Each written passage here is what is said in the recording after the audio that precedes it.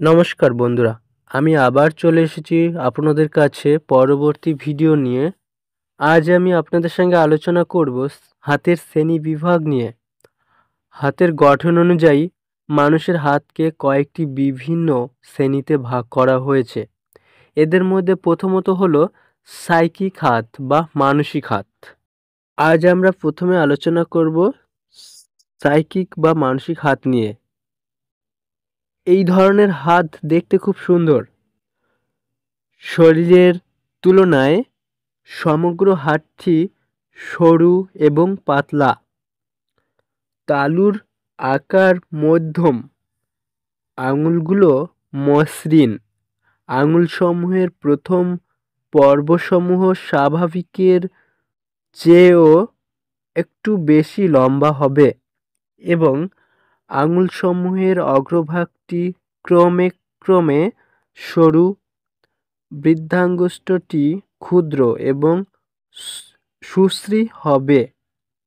যখনই এই ধরনের হাত বৃহদাকারের অনেক বড় আকারে পরিলক্ষিত হবে এবং গাঁটগুলো বিশেষভাবে প্রবর্ধিত পরিলক্ষিত হয়, তখন ওই ব্যক্তির মধ্যে বেগ ও সমন্বয় থাকলেও স্বতঃস্ফূর্ত জ্ঞান হ্রাস পেয়ে থাকে।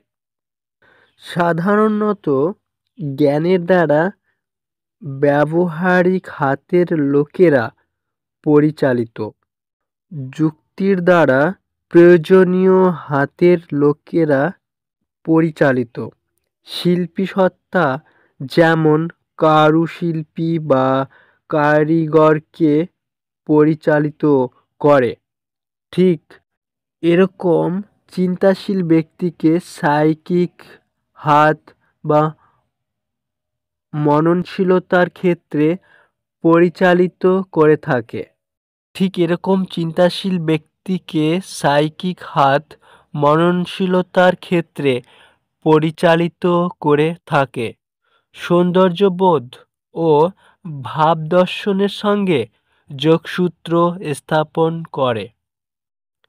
এই ধরনের হাত যুক্ত লোকেদের এশিয়ার দক্ষিণ অংশে বেশি দেখা যায়। এরা ধর্মপরায়ণ, চিন্তাশীল এবং কাব্য ভাবাপন্ন। এদের বাস্তবজ্ঞান সম্পূর্ণ না হলেও স্বর্গীয় সুসম্মানমণ্ডিত এবং প্রতিভার অধিকারী।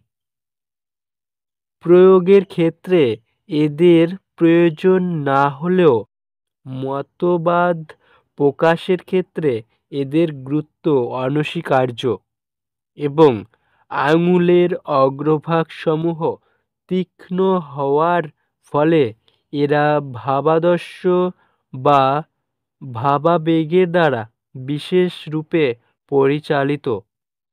সচরাচর ভাবাদি, আধ্যাত্মিক ভাবসম্পন্ন ব্যক্তি এবং মহিলাদের হাত এ ধরনের হয়ে থাকে। এটা গেল সাইকিক বা মানসিক হাতের পরিচয়। এবার আমরা আলোচনা করব শিল্পীর হাত সম্পর্কে। এই যে ভিডিওতে আপনাদের আরেকটি হাতের ছবি দেখাচ্ছি, এটি হলো শিল্পীর হাত।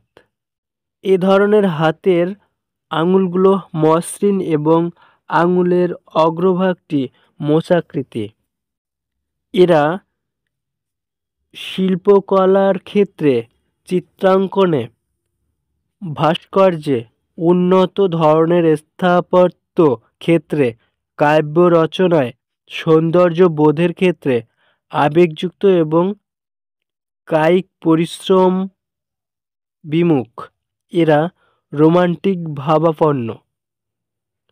যদি এ ধরনের হাত বড় এবং ভারী হয় তবে এরা কিছু অংশে বাস্তববাদী হয়। হাতটি যদি নরম হয় তবে এরাও খুব নরম এবং অলস প্রকৃতিযুক্ত হয়ে থাকেন।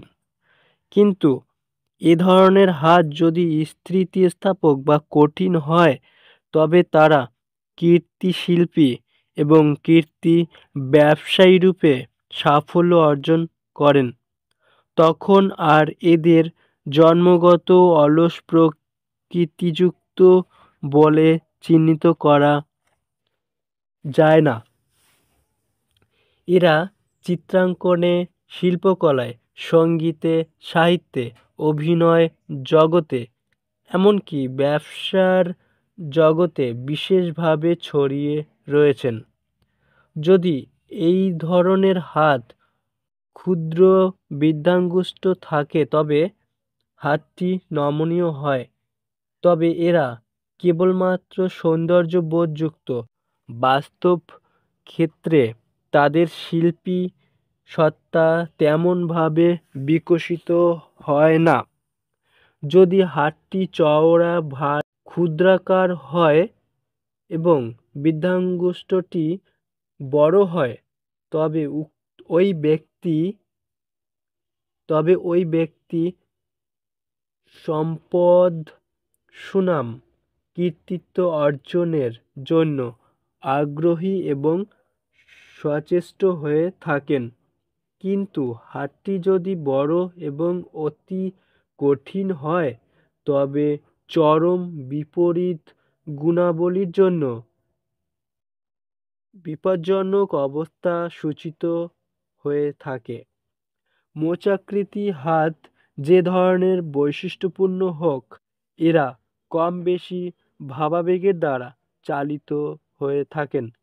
তবে সাইকিক হাতের লোকেদের মতো এদের ভাবাবেগ তেমন তীব্র নয়। যাদের শিল্প হাত, তারা সচরাচর কায়িক শ্রম বিমুখ এবং ভাবাদর্শ যুক্ত হয়ে থাকেন।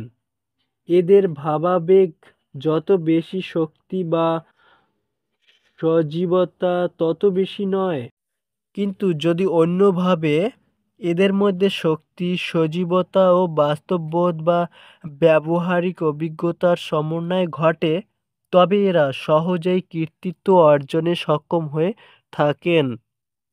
যদি এ ধরনের হাতটি বড় আকারের হয়, বৃদ্ধাঙ্গুষ্ঠটি দুর্বল হয় এবং আঙুলের অগ্রভাগটি মোচাকৃতি হয়, তবে এরা কায়িক শ্রম বিমুখ হয়ে ইন্দ্রিয় সুখ চরিতার্থ করার জন্য বিশেষ আগ্রহী হন এবং এদের মধ্যে আত্মসংযম ক্ষমতার অভাব বিশেষভাবে পরিলক্ষিত হয় এবং মনটি দুর্লভ হওয়ার ফলে এরা ইন্দ্রিয় সুখ ভোগের দিকে নজর দেন।